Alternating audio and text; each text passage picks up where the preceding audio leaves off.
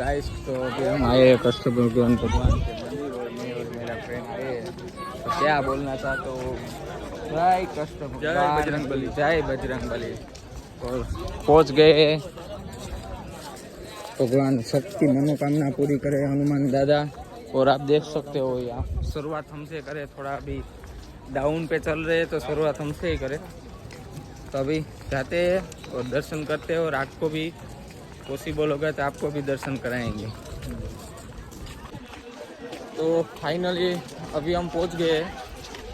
गुजराती ज बोले फाइनली અમે પહોંચી ગયા કૃષ્ણ ભગવાન હનુમાન દાદાની ત્યાં।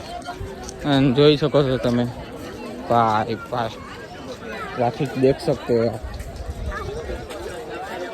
આમાં તો દર્શન થવા બહુ અઘરા છે ભાઈ।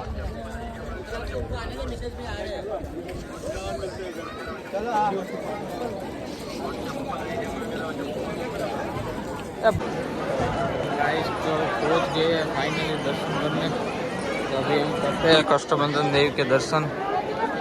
देख सकते हो ट्रैफिक कितनी है।